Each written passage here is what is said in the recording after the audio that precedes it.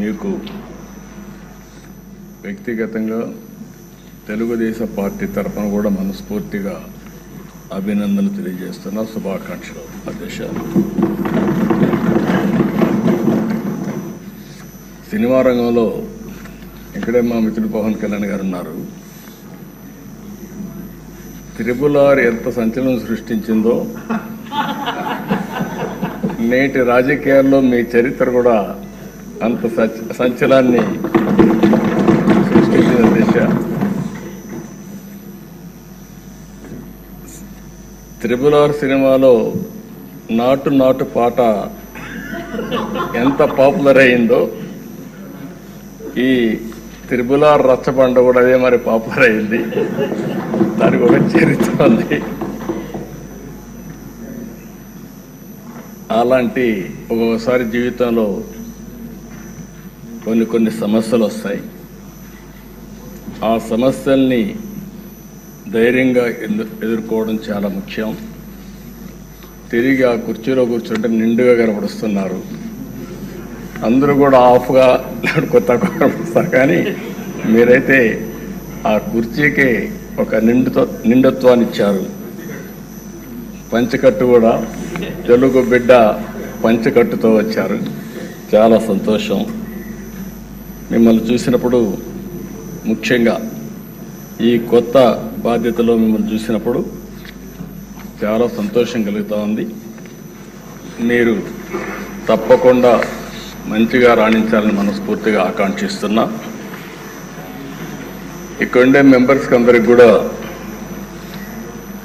ఒకసారి ఆలోచిస్తే వారి ప్రస్తావన కూడా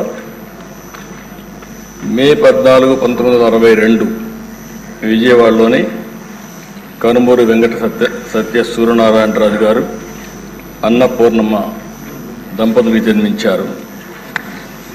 ఆయన ఒక పారిశ్రామికవేత్తగా, రాజకీయవేత్తగా గుర్తింపు తెచ్చుకున్నారు. రఘురామకృష్ణరాజు గారు విశాఖపట్నంలోని ఆంధ్ర విశ్వవిద్యాలయంలో పోస్ట్ గ్రాడ్యుయేషన్ చేశారు. డిస్టింక్షన్లో పాస్ అయ్యారు. అప్పటి నుంచి కూడా మీరు ఎక్కడ చూసినా ఉత్సాహంగా మెరిట్లోనే ఉన్నారు. ఆయన మొదటి నుంచి మెరిట్ స్టూడెంట్.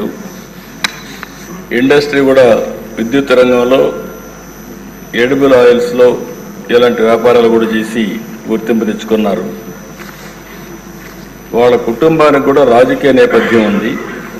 శిరీష్ రాజు గారు, వీళ్ళ తాతగారు, ఆయన జిఎస్ రాజు గారు 1958 నుంచి 64 వరకు ఏపీ లెజిస్లేటివ్ కౌన్సిల్ పదవికి మొట్టమొదటిసారిగా డిప్యూటీ చైర్మన్గా పనిచేశారు. ఇంకో పక్క సిరీస్ ఫార్మా ఎస్టాబ్లిష్ చేశారు అప్పట్లోనే. కానీ కొన్ని కారణాల వల్ల దాన్ని ముందుకు తీసుకుపోలేకపోయారు. కానీ లేకపోయింటే ఈరోజు రిచెస్ట్ మ్యాన్ ఆంధ్రప్రదేశ్లో ఆయన ఉండేవాడు. అప్పట్లో ఫార్మా అనేది చాలా ముఖ్యం. మన డిప్యూటీ స్పీకర్ గారు 19లో నర్సాపూర్ ఎంపీగా పోటీ చేసి గెలిచారు.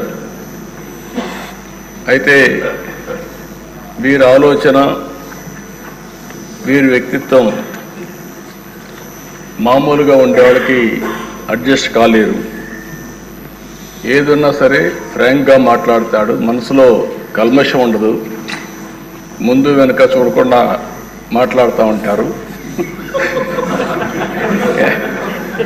ఎందుకంటే ఓసారి ఫ్రాంక్గా ఉండేటప్పుడు కొన్ని సమస్యలు కూడా వస్తాయి. అయితే నేను చాలా రోజుల నుంచి వాటిని దగ్గరగా చూస్తున్నా. ఎక్కడన్నా తప్పులు ఉన్నప్పుడు కానీ, ఎక్కడన్నా ఇది ఉన్నప్పుడు కానీ, చెప్పాలనుకున్నప్పుడు కానీ కొండ బద్దలు కొట్టి చెప్పడం వారి మనస్తత్వం.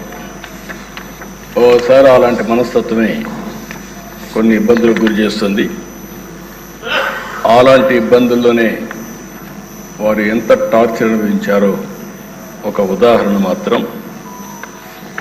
ఆయన మీరు చూస్తే పోయిన గవర్నమెంట్ ఎప్పుడైనా సరే ప్రభుత్వాలు ఒక సంస్కరణ చేయడం, ఒక అభివృద్ధి చేయడం, లేకపోతే సంక్షేమ కార్యక్రమాలు చేయడం వల్ల ఎక్కడికక్కడ ఒక పాపులారిటీ వస్తుంది. కానీ పోయిన ప్రభుత్వం ఒక టెర్రరిజం, గవర్నమెంటే ఒక టెర్రరిజాన్ని స్పాన్సర్ చేయడం అనేది చాలా దిక్కలు జరగదు. ఏ కొద్ది ఉదాహరణలు మాత్రం మనకు ఉంటాయి. అలాంటి చూసినప్పుడు సొంత ఎంపీ విభేదించినప్పుడు, డిఫర్ అయినప్పుడు కావాలంటే మనం దూరంగా ఉంటాం, అది వేరే విషయం. కానీ ఏ విధంగా ఆయన పైన కక్షగట్టి పనిచేశారో, ఏ విధంగా కుట్రబన్నారో మనం ఒక్కసారి గుర్తుపెట్టుకోవాల్సిన అవసరం ఉంది. ముందు బెదిరించారు, భయపెట్టాలని చూశారు, కానీ ఏమాత్రం తగ్గలేదు. ఇక నమ్ముకున్న సిద్ధాంతం ప్రకారం ముందుకు పోయి మాట్లాడే పరిస్థితికి వచ్చారు. అయితే మనం అందరం కూడా చూస్తే అలాంటి సందర్భంలో ఏకపక్షంగా తన సొంత ఎంపీ మీద రాజద్రోహం కేసు నమోదు చేసి, లేని కేసును నమోదు చేసి, ఆయన ఏమి కుట్రలు చేయలేదు, రాజద్రోహం చేయలేదు, లేకపోతే ఏదో పెద్ద ఇచ్చేసిన సందర్భం లేవు, మనందరూ కూడా తెలుసు. రాజద్రోహం కేసు నమోదు చేసి 2021 మే 14వ తేదీన, మే 14వ తారీఖున ఆయన పుట్టినరోజు.